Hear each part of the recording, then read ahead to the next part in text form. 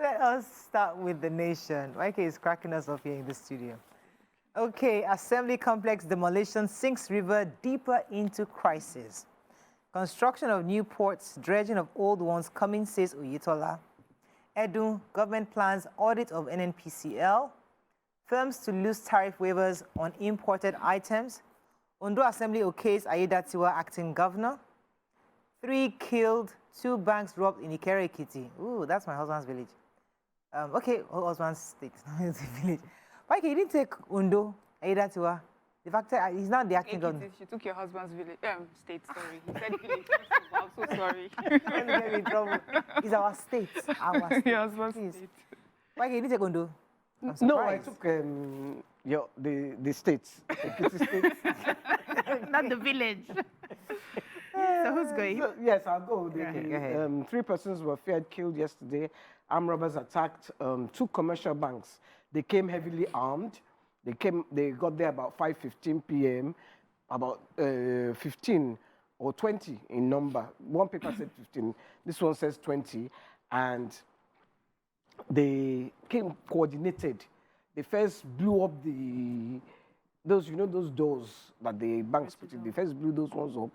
They proceeded to rob the banks, killed people. They killed 3 people, people who were in their way because they were shooting sporadically, and they carted sums of money, which they haven't told us how much. The Ogoga of Ikere, Oba Adejimi Alagbado, said he expressed shock, and he described it as unfortunate. He said they operated for about 45 minutes and no military personnel came, police, nobody came. Security personnel came to rescue them. Yeah, so, and he's hoping that they will be arrested. And let me take Wale Edun. So the Minister of Finance and the Coordinating Minister of the Economy, Mr. Wale Edun, has hinted that there are plans underway to audit the accounts of the NNPC, that's the Nigerian National Petroleum Company Limited.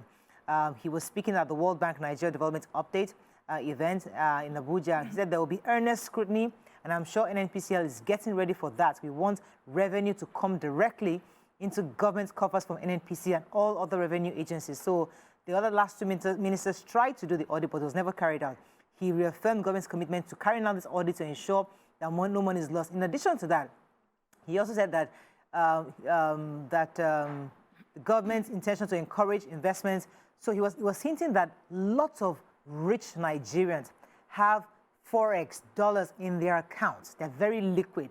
He said there's a lot of Forex liquidity in Nigeria, and the federal government would take steps to make holders of such accounts release the money. So they are hoarding these dollars. And this is part of one of the problems we're having. He said that the substantial presence of foreign currencies, particularly in domiciliary accounts belonging to affluent Nigerians, indicates their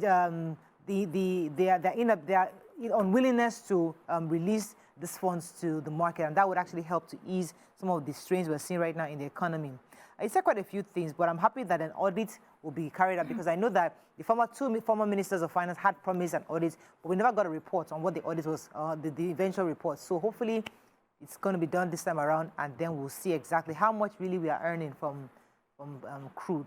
Yeah, so for me, it's the CBN, and we have the CBN governor. He said yesterday, he said that a critical flaw in the implementation of the Naira redesign policy is what is causing the cash scarcity that we're experiencing right now. So he says that, well, the CBN is reviewing that, and that they're going to take a thorough look at all policies implemented over time, and they aim to also produce an elegant document outlining clear rules and procedures for navigating the Nigerian money market. But he explained further on why we have scarcity. So remember when the redesign, there was a time limit that had been put out for how long the old notes would still be legal tender. And so people were apprehensive that that time was coming close, that even though there's still cash in circulation, a lot of people were now hoarding that. But now, it's out and they have taken off the deadline that old notes are okay to use. In fact, we have the Acting Director Corporate Communications of CBN who said that there's been an increase in the amount in circulation from 1 trillion in February to 3.4 as of December 11th. But because of the apprehension, people are hoarding, so they're asking people, no need for that, and very soon we'll likely see. But it's not interesting that circulation. from the time they announced that, listen, there's cash, to now, people are not, they're not aware. Either they're not listening, or they are not trusting the government. Yes. Because the Supreme Court had given a judgment on this, that these two denominations or two different, the new and the old, still remain legal tender. So further notice, but people are still hoarding cash. That means they're not, either they don't trust the government. It's fear. You know, that time last year, I mean this year, it was very, very traumatic for a lot of people. I fell sick. We're all affected. We're all in this country. My business has not recovered. All of us are part of it, but some of us have to just understand that the government is... So the federal government said it will review waivers being granted on duties in the country. Minister of Information and National Orientation, Mohammed Idris, was the one who disclosed this after the Federal Executive Council meeting, which was presided by President Bola Ahmed Tinubu. And he said that the council decided to review the decision on waivers in order to help minimize the nation's revenue losses. They also talked about other economic policies, but this one was like in the front burner. And he says that the custom had reported in 2023 alone that they had lost over 1.3 trillion to waivers. And so they are looking at the waivers now to review them so that we will not continue to lose money at a point where we need all the resources for the development of our country. They also went ahead to approve 2 contracts worth 6.32 billion for the Ministry of Aviation and Aerospace Development. And he says that the approvals were both for the main ministry and the Nigerian Airspace Management Agency, NAMA. And it involves technical support services at the Murtala Mohammed International Airport in Lagos, which will be costing about 4.1 billion, while the second one is sited at the Port Harcourt International Airport, involving the fixing of some navigational equipment, and that will be costing 2.23 billion. Okay, the Punch. Rivers demolishes Assembly, pro-Fubara Speaker declares defector seat vacant. Tinubu sacks 5 aviation agency heads and suspends the NCAA boss. IPPIS, ASU hails FG as FEC removes varsities and others. Gunmen kill woman, abduct 7 on Lagos-Ibadan Expressway. NNPCL not transparent on subsidy and dollar revenues.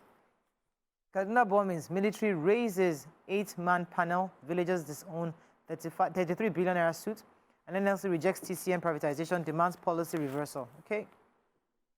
Let's take one story before we go on a break. Okay, let me take a sort of feedback for government. So yesterday I had taken a story where, was it yesterday?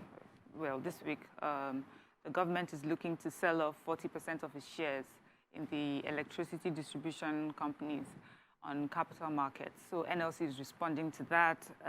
According to NLC president, they're saying that, first of all, these are the same stories that Nigerians have heard over the years, and these have yielded no significant results, except increased suffering that for Nigerians.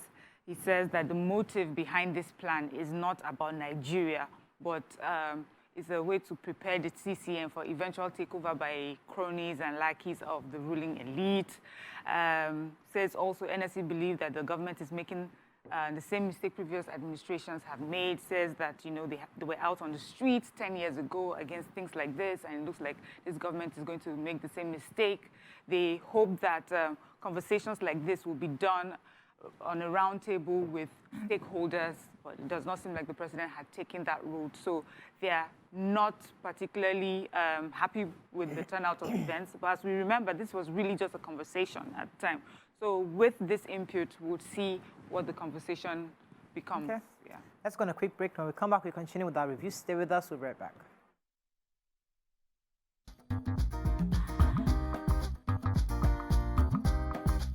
Stay tuned. Your View will be right back.